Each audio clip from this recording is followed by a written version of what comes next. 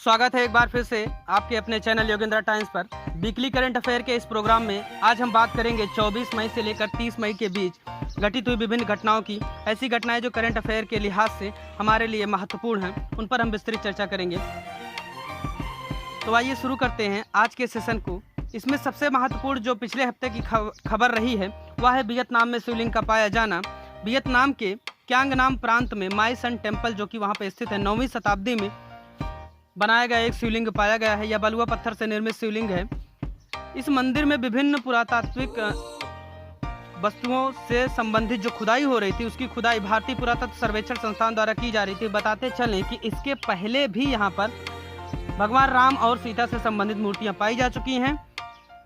माई sun temple में कृष्ण, विष्णु और शिव की पूजा होती है। इसका निर्माण इंद्रवर्मन द्वितीय नामक राजा के शासनकाल में किया गया था। लगभग हम बताते चलें तो वियतनाम का जो क्यांग नाम प्रांत है, यहाँ पर 18वीं शताब्दी तक हिंदू वंश से संबंधित शासकों का शासन रहा है। तो माई सन टेम्पल चर्चा में है। कहाँ पर है? ये वियतनाम में है। इसे यूनेस्को द्वारा विश्व विरासत संरक्षण स्थल का भी दर्जा दिया जा चुका है। और वियतनाम चूंकि चर्चा में आ गया, वियतनाम की राजधानी हनोई है जो कि रेड रिवर के किनारे बसा हुआ है, लाल नदी के किनारे बसा हुआ है। इसको आप याद रखिएगा। अगला करंट अफेयर है तियानवेन जो कि चर्चा में है। चीन द्वारा भेजा गया एक मंगल ग्रह से संबंधित मिशन है जो कि मंगल ग्रह के वातावरण के बारे में विस्तृत अध्ययन करेगा और रिपोर्ट भेजेगा। साथ ही साथ ये वहां पर पानी और बर्फ की उपलब्धता के बारे में बताएगा। यह मिशन 2021 में मंगल ग्रह की सतह पर उतरेगा और उतरते ही यह उपलब्धि हासिल करने वाला चाइना विश्व का तीसरा देश बन जाएगा।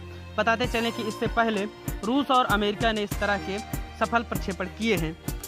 एक और मिशन चर्चा में रहा मेवेन मिशन जो कि मंगल ग्रह से ही संबंधित है, लेकिन यह नासा जो कि अमेरिकी अंतरिक्ष एजेंसी है उससे संबंधित है। चीन के कुछ और मिशन हाल ही में लॉन्च हुए हैं। उनमें से प्रमुख है मानव रहित ड्रोन हेलीकॉप्टर जिसका इसने परीक्षण किया। पिछले वीडियो में हमने बात की थी लॉन्ग मार्च 5 रॉकेट की, इसका इसने परीक्षण किया है। और इसने एक डिजिटल करेंसी लॉन्च की है, DCEP digital currency electronic payment, जो कि इसकी डिजिटल करेंसी है। इसको प्रायोगिक तौर पर इसने शुरू किया और उम्मीद जताई जा रही है 2022 तक इसका पूर्णतः प्रयोग किया जाने लगेगा। अगला महत्वपूर्ण हमारा बिंदु है लूनर सॉइल जो कि चर्चा में है। हाल ही में इसको भारतीय अंतरिक्ष एजेंसी इसरो को इसका टैग मिला है, इसका पेटेंट मिला है, अर्थात अब इसरो के नाम से चलेगी, इसरो के तहत चलेगी, इस पर इसका अधिकार होगा। 20 सालों के लिए टैग दिया गया है। पेटेंट जो मिलता है 20 सालों के लिए मिलता है। तो लूनर सॉइल के बारे में थोड़ा सा हम चर्चा करते हैं। लूनर सॉइल पहले भारत सरकार इस मिट्टी का विदेशों से आयात करती थी, मुख्यतः अमेरिका से इसका आयात किया जाता था, जिसके कारण बहुत कॉस्टली पड़ती थी। बाद में विशेषज्ञों द्वारा चर्चा के बाद पता चला कि भारत के तमिलनाडु के सलेम जिले में एंथ्रोसाइट की चट्टानें जो पाई जाती हैं उनमें लूनर सॉइल वाले गुण पाए जाते हैं। तो इन्हीं चट्टानों से इस मिट्टी का निर्माण किया गया है। इसे रेगोली नाम से भी जाना जाता है। तो कहाँ पाई जाती हैं? तमिलनाडु में पाई जाती हैं। किससे संबंधित है? इसरो को पेटेंट मिला है। कितने सालों के लिए? 20 सालों के लिए मिला है।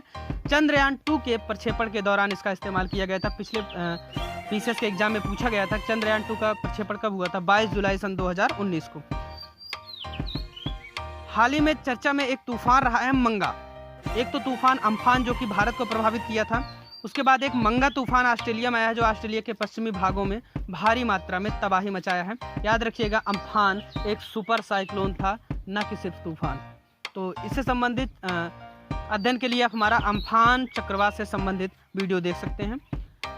हाल ही में एस्मा उस समय चर्चा में आ गया जब उत्तर प्रदेश ने इसे लागू करने का निर्णय लिया। एस्मा के बारे में थोड़ी सी जानकारी हम आपको बताते चले कि 1968 में यह एक्ट आया था, एसेंशियल सर्विसेज मेंटेनेंस एक्ट 1968 के तहत यह आया था। इसके लागू होने से उत्तर प्रदेश में 6 महीने तक किसी भी तरह से हड़ताल नहीं की जा सकी। अगर आप हड़ताल करते हैं तो बिना वारंट के आपको गिरफ्तार किया जा सकता है। इस एक्ट के लागू होने से पोस्ट, टेलीग्राफ, रेलवे, हवाई अड्डा जैसी जो आवश्यक सेवाएं हैं वो बहाल रहेंगी। ऐसा कोविड-19 वायरस के कारण निर्णय लिया गया है। उत्तर प्रदेश एक और समाचार को लेकर चर्चा में है। हर्बल सड़क बनाने का इसने निर्णय लिया है। ये अपनी 800 किलोमीटर लंबी सड़कों को हर्बल सड़क बनाएगा। हर्बल सड़क से आशय ये हुआ सड़क के दोनों तरफ ये ऐसे पौधों को लगाएगा जो औषधि के दृष्टि से महत्वपूर्ण है, जैसे नीम, पीपल, अर्जुन और ब्राह्मी से संबंधित पौधे हैं। तो इन पौधों के लगाने से एक तो यहाँ का पर्यावरण शुद्ध होगा, दूसरे सड़कों के किनारे होने वाले मिट्टी के कटाव पर भी रोक लगेगी और सरकार औषधि निर्माण में भी महत्वपूर्ण स्थान प्राप्त करेगी। उत्तर प्रदेश ने एक और निर्णय लिया था, इसने वर्चुअल अदालतों के जरिए सुनवाई शुरू की थी। तो वर्चुअल अदालतें, चूंकि कोविड-19 चाइनीज वायरस के चलते अदालतों का खुल पाना मुश्किल हो गया था, तो वर्चुअल रूप से इसने वीडियो कॉन्फ्रेंसिंग के माध्यम से सुनवाई शुरू की। ऐसा करने वाला यह भारत का पहला राज्य बना। और कोविड-19 के चलते जो विदेशों से और भारत के अन्य हिस्सों से जितने भी मजदूर लोग आ रहे थे या अन्य जो भी आ रहे थे माइग्रेट करके, उनके लिए माइग्रेशन कमीशन एक गठित किया है। ये प्रवासी श्रमिकों की सुरक्षा और रोजगार के लिए गठित किया गया, उससे संबंधित अपनी रिपोर्ट देगा। अगला महत्वपूर्ण बिंदु है चार धाम परियोजना। उस समय चर्चा में आ गई जब सड़क एवं परिवहन राजमार्ग मंत्रालय के मंत्री नितिन गडकरी द्वारा चंबा सुरंग का उद्घाटन किया गया। चंबा सुरंग जो कि उत्तराखंड में स्थित है, ये NH 19 पर बनाई गई है, याद रखिएगा। बॉर्डर रोड्स ऑर्गेनाइजेशन द्वारा इसे बनाया गया है। तो चार धाम परियोजना चर्चा में है, इसके बारे में थोड़ा सा जानकारी बताते चलें आपको कि 2016 में योजना शुरू की गई थी, जिसके माध्यम से हिंदू धर्म के चार प्रमुख स्थानों, जिन्हें चार धाम के नाम से जाना जाता है, गंगोत्री, यमुनोत्री, केदारनाथ और बद्रीनाथ के 889 किलोमीटर लंबे राष्ट्रीय राजमार्गों का विकास किया जाएगा। तो ये महत्वपूर्ण है। चार धाम परियोजना कब शुरू हुई? 2016 में। चंबा सुरंग कहाँ स्थित है? उत्तराखंड में। इसने बनाया है बॉर्डर रोड्स ऑर्गेनाइजेशन ने। याद रखिएगा, सीमा पे जितनी भी चीजें की जा रही हैं सड़क से संबंधित, ये निर्माण कर रहा है, चाहे चाइना सीमा पे सड़क हो, चाहे नेपाल सीमा पर। तो आप इसको याद रखिएगा। अगला महत्वपूर्ण करंट अफेयर बिंदु है स्टेट हेल्थ रजिस्टर बनाने वाला कर्नाटक पहला राज्य बना। इसे शुरू में चिकबल्लापुरा और मंगलौर में प्रायोगिक तौर पर शुरू किया जाएगा। इसकी सफलता के बाद इसे पूरे राज्य में लागू करेगा कर्नाटक, और ऐसा करने वाला ये भारत का पहला राज्य बनने जा रहा है। इससे होगा ये कि राज्य के सभी नागरिक जो भी हैं, उनके हेल्थ स्टेटस के बारे में सरकार को जानकारी मिलेगी, जिसका उपयोग करके वो विभिन्न तरीके की उपयोगी योजनाओं को लॉन्च कर सकेगा। अगला मुख्य बिंदु है अखिल भारतीय न्यायिक सेवा पर केंद्र सरकार द्वारा ड्राफ्ट तैयार किया जा रहा है। इसकी लंबे समय से मांग चल रही थी। तो बताते चले कि इसका प्रावधान 42वें संविधान संशोधन अधिनियम 1976 में किया गया और इसे अनुच्छेद 312 के तहत रखा गया है। 42वें संविधान संशोधन अधिनियम 1976 को मिनी कॉन्स्टिट्यूशन, लघु संविधान कहा जाता है। कई बार एग्जाम में पूछा गया है, इसको भी आप थोड़ा ध्यान में रखिएगा।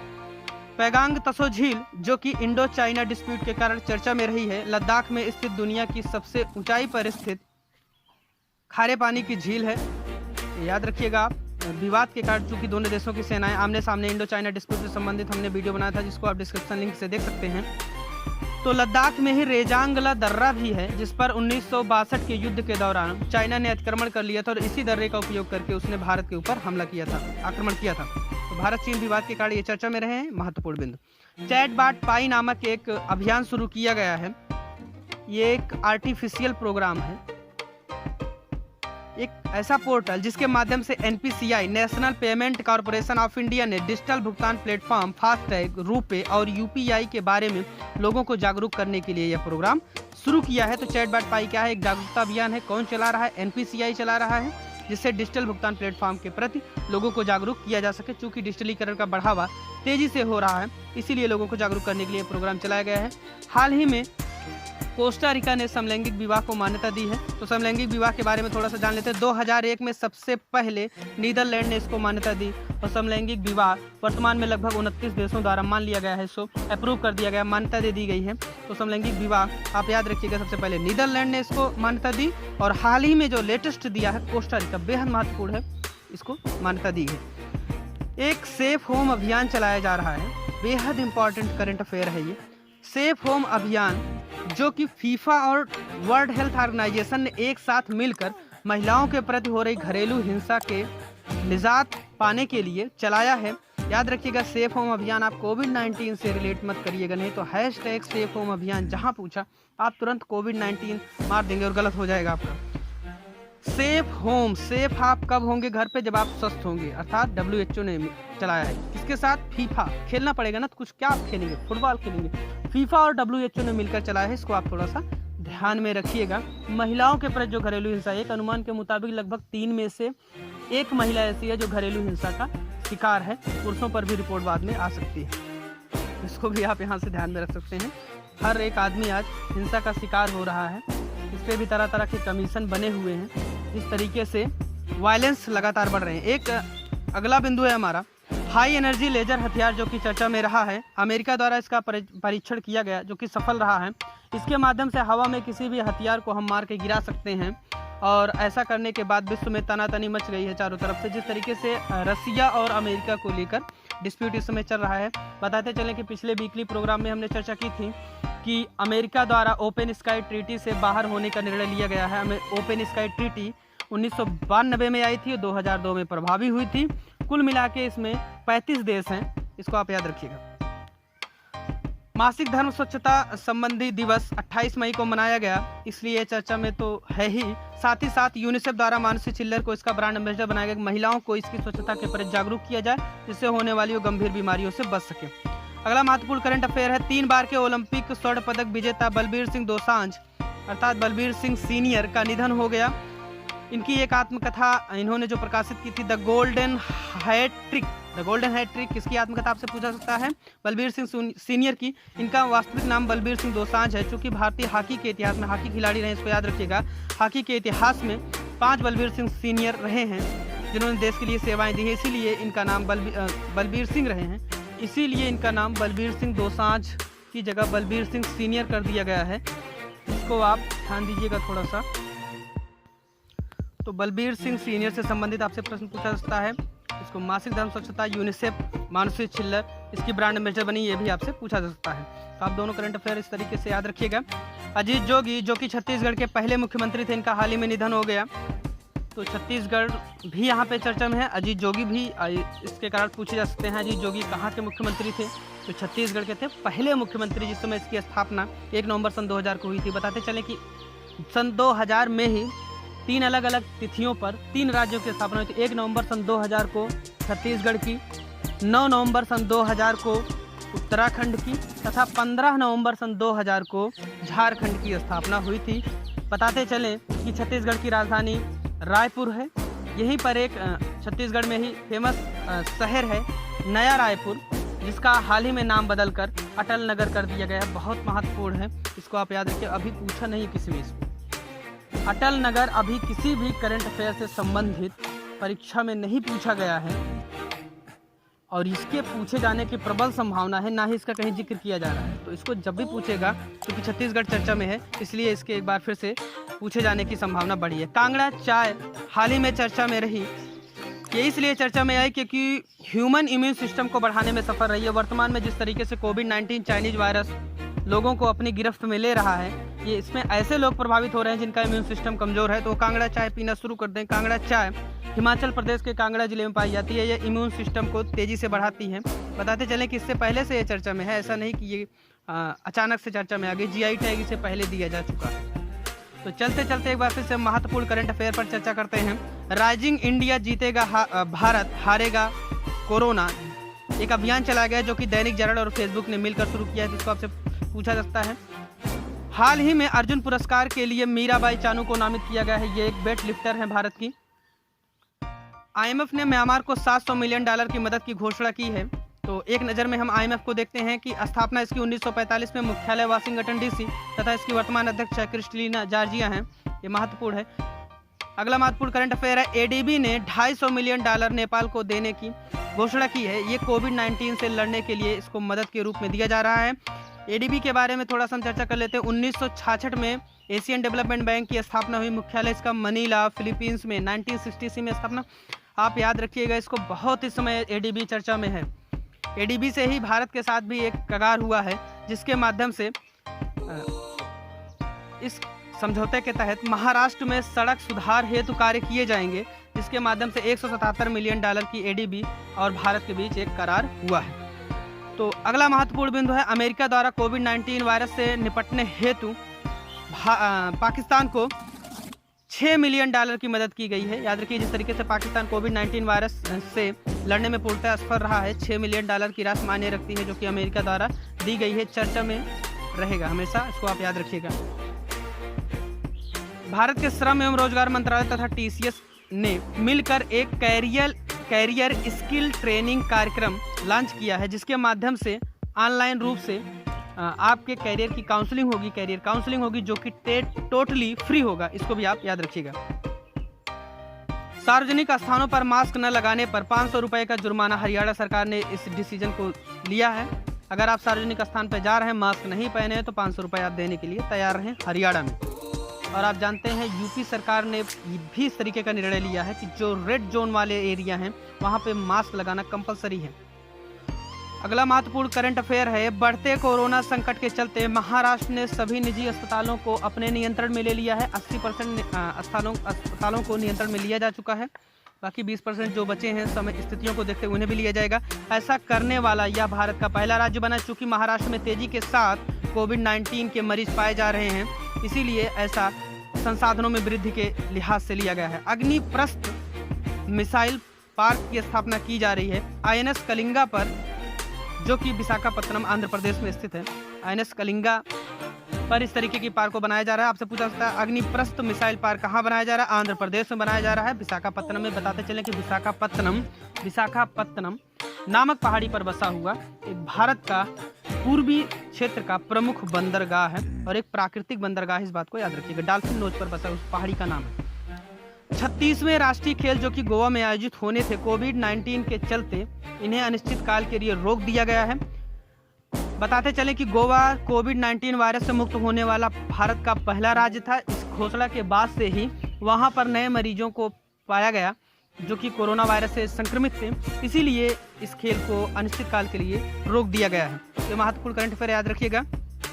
पी कुमारन सिंगापुर में उच्चायुक्त नियुक्त हुए हैं। सिंगापुर चर्चा में है। सिंगापुर की राजधानी सिंगापुर सिटी है।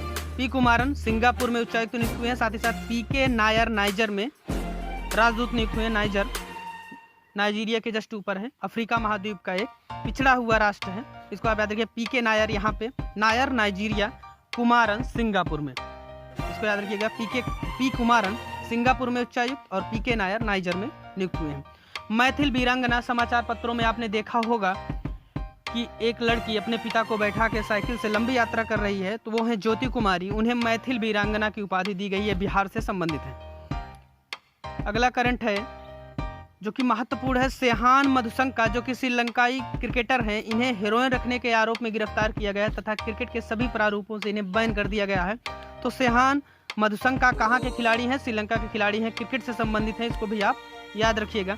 बेलकन्नी उस समय चर्चा में आया जब ताजे पानी की मछली की यहाँ खोज की गई। तो बेलकन्नी एक प्रसिद्ध तीर्थस्थल है जो कि तमिलनाडु में स्थित है। भारत के ऐसे तीर्थस्थल जो सबसे ज़्यादा पर्यटकों को आकर्षित करते हैं उसमें यह स्थान रखता है। महत्वपूर्ण है, आपसे पूछा जा सकता है। कटपरी समुदाय चर्चा में उस समय आ गया जब यहाँ के युवाओं ने सरकार के साथ मिलकर अपने लोगों को जागरूक करने से संबंधित विभिन्न प्रोग्राम चलाए। ये महाराष्ट्र से संबंधित है। यहाँ के लोग ऐसे लोग हैं जो बेहद पिछड़े हुए हैं, अभी भी जीविकोपार्जन के लिए उन्हीं संसाधनों का प्रयोग करते हैं जो 14वीं शताब्दी में लोग करते आए हैं। विभिन्न कालखंडों में जो सबसे निचले तबके रहे हैं, जो सरकार के जनजाति ग्रुप में शामिल हैं, उन्हीं में से एक है कटपरी समुदाय। कहाँ संबंधित है? महाराष्ट्र से। एक फ्रेश ब्रांड लॉन्च किया गया सलमान खान के द्वारा, थोड़ा सा याद रखिएगा। सुजलाम सुफलाम जल संचय अभियान शुरू किया गया गुजरात में। इसके माध्यम से नदी, नालों और तालाबों की सफाई की जाएगी, जिससे जल एक जगह इकट्ठा न हो, लोगों में बीमारियां न फैलें और बाढ़ के खतरे से भी बचा जा सके। तो सुजलाम सुफलाम जल संचय अभियान किसने शुरू किया? गुजरात ने शुरू किया है। अगला महत्वपूर्ण करंट अफेयर का पॉइंट है, कोविड-19 के चलते जापान ने अभी तक अपने यहाँ आपातकाल लगाया था। उस आपातकाल को जापान सरकार द्वारा वापस लिया जा चुका है। पहले आंशिक रूप से हटाया गया, फिर अब सारे शहरों से इसे हटा लिया गया है। महत्वपूर्ण बिंदु एक ये भी आ रहा है कि भारत में सबसे ज़्यादा जो FDI आकर्षित हो रहा है वो सिंगापुर से स्थापित आ रहा है हमारे यहाँ सबसे ज़्यादा FDI। तो इसको आप याद रखिएगा। दूसरे नंबर पे मॉरिशस है। FDI इस समय चर्चा में है। जिस तरीके से भारत के प्रधानमंत्री द्वारा आत्मनिर्भर भारत की घोषणा में भी FDI की चर्चा की गई है। तो FDI विदेशों से जो हमारे यहाँ इन्वेस्टमेंट होगा, महत्वपूर्ण है कि जब बाहर से लोग पैसा हमारे यहाँ लगाएंगे तभी हमारा ज़्यादा विकास हो पाएगा, क्योंकि भारत एक विकासशील देश है। पैसा हमारे पास उतना नहीं है, पूंजी नहीं है। तो इस तरीके की पूंजी प्रदान करने में सिंगापुर नंबर 1 पे रहा है। ये ऐसा क्यों हुआ है? क्योंकि वहाँ पे विभिन्न टैक्स से संबंधित रिलैक्सेशन है, इसलिए नंबर 1 पे वो रहा सकता है। हमेशा यहीं से लोग आके जो है FDI में इन्वेस्ट करते हैं भारत में। और दूसरे नंबर पे मॉरिशस है। कैच ऐप किया गया है गूगल द्वारा, एक ग्रुप कॉलिंग ऐप है। इसके पहले भी इसको फेसबुक ने लॉन्च किया है कैच ऐप। फेसबुक ने लॉन्च किया है। और इसी तरीके का एक ऐप फेसबुक ने पहले भी लॉन्च किया था, मैसेंजर रूम है, इसको याद रखिएगा। एनडीबी न्यू डेवलपमेंट बैंक जो कि ब्रिक्स का ही एक हिस्सा है, इसका नया अध्यक्ष बनाया गया है मार्कोस ट्रायोज को। बताते चले कि एनडीबी की स्थापना 2014 में हुई थी और इसका मुख्यालय शंघाई में है, जो कि चीन में स्थित है। तो इसी तरीके के करंट अफेयर के लिए बने रहे हमारे साथ। करंट अफेयर की पीडीएफ आप प्राप्त कर सकते हैं हमारे टेलीग्राम ग्रुप से, योगेंद्रा टाइम नाम से। साथ ही साथ अगर आपके कोई भी सुझाव हैं तो आप कमेंट करके हमें ज़रूर बताएं। बने रहें इसी तरह से हमारे साथ, सहयोग देते रहें लगातार। बहुत